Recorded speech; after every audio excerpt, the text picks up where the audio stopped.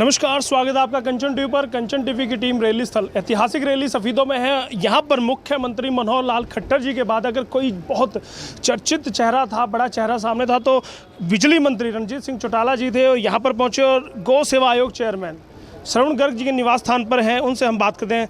Chairman साहब के निवास स्थान पर आप पहुँचे, सबसे पहले स्वागत है सफीदों की पावन धरा पर। जी, बहुत धन्यवाद जी आपका। सफीदों आए आज हमारे माननीय मुख्यमंत्री जी आए थे। मेरे पावर डिपार्टमेंट के कुछ उद्घाटन थे, 3 तो इस करके मैं आया था। जी।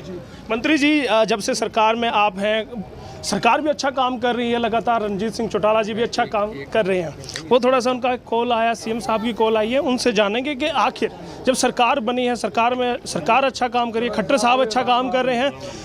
अगर बात की जाए बिजली मंत्री की, वो भी बड़ा अच्छा काम कर रहे हैं। कौन कौन सी घोषणाएं करवाना चाहते हैं और कौन से काम पेंडिंग है, उन पर बात करेंगे, क्योंकि चर्चा होती है। एक बहुत बड़ा कद राजनीति में रणजीत सिंह चौटाला जी का भी है, उनकी बात होती है। चौटाला परिवार से जुड़े हैं, अब बीजेपी सरकार से वो जुड़े हैं। मनोहर लाल खट्टर के विश्वास पात्र भी हैं और विश्वास पात्र आप खट्टर साहब के हैं। और काफ़ी फ्री हैंड, आपने आज स्टेज पर भी कहा कि काफ़ी फ्री हैंड आपको दिया गया है। देवीलाल सरकार में दिया गया था, फिर खट्टर सरकार में? जी, बिल्कुल दिया गया।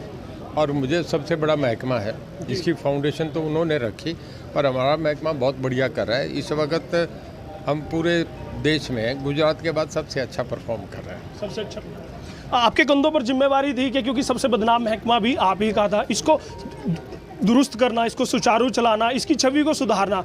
कितना कामयाब आपका महकमा अभी तक हो पाया है, कितना और काम अभी बाकी है?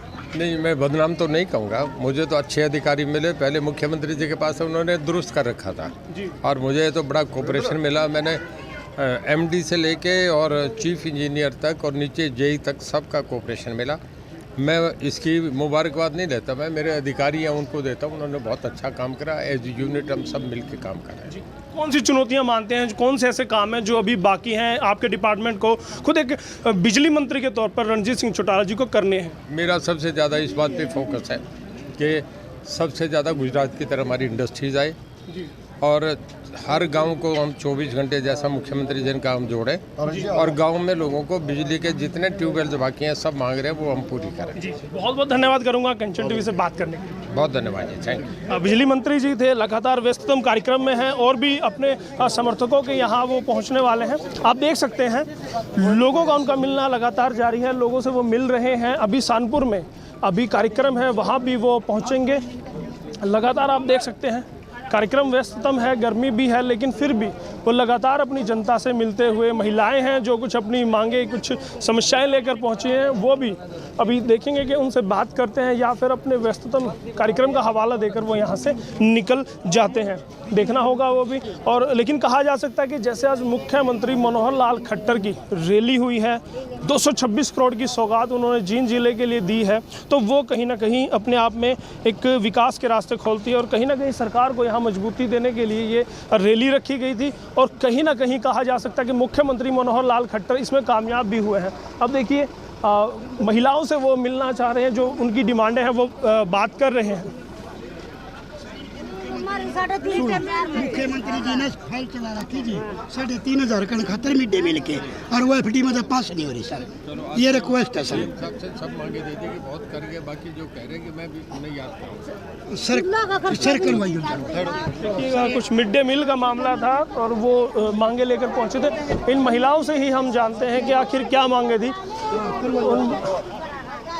आइए अब श्रवण गर्ग जी हैं, उनसे हम जानेंगे कि स्वागत किया है उन्होंने। चेयरमैन साहब, स्वागत किया है बिजली मंत्री का आज आपने। मैं बिजली मंत्री जी का स्वागत है, क्योंकि समाज के लिए इन्होंने कम से कम 90% गाँव के अंदर बहुत बढ़िया बिजली की व्यवस्था कर दी है। उसके लिए भी स्वागत किया। हरियाणा गौ सेवा आयोग में गौशालाओं के लिए 2 रुपये यूनिट बिजली का बिल कर दिया है, उसके लिए भी स्वागत किया है और धन्यवाद भी किया है। और इसके साथ साथ एक अच्छे सुलझे हुए और राजनीति के धुरंधर ऐसे सभ्य मंत्री का हमने बहुत बहुत धन्यवाद किया है और इनके आने पे खुशी हुई है। चेयरमैन साहब, पिछले 1 महीने से आप भी पूरे आपकी टीम भी पसीना बहा रहे थे। मुख्यमंत्री साहब आएंगे, रैली होगी, रैली भी हुई, मुख्यमंत्री साहब भी आए और 1 घंटे का उन्होंने भाषण भी दिया। क्या कुछ सफीदों के हाथ लगा है, क्या कुछ जनता को मिला है? ऐसा मुझे कहने की आवश्यकता नहीं, आपने भी देखा है। जी 226 करोड़ की घोषणाएं कर गए हैं और उसके बाद जितनी डिमांडें और थी उनके लिए भी सब पे विचार करके उनको भी पूरा करने का आश्वासन दे के गए हैं। सफीदो जींद रोड को चौड़ा करने की भी बात थी, सड़कों की भी बात थी, मंडी की भी बात थी, सभी बातों को, पैरामेडिकल की थी, सभी तो मांगे पूरी कर गए। और जितनी मेहनत हमारे साथियों ने जिला अध्यक्ष राजू मोर्जी के अध्यक्षता में की थी, चाहे वो पार्टी के अंदर राजनीतिक नया आया था, पुराने थे, जो भी थे, सभी ने इकट्ठे होकर मेहनत की। उसका परिणाम आज देख रहे थे।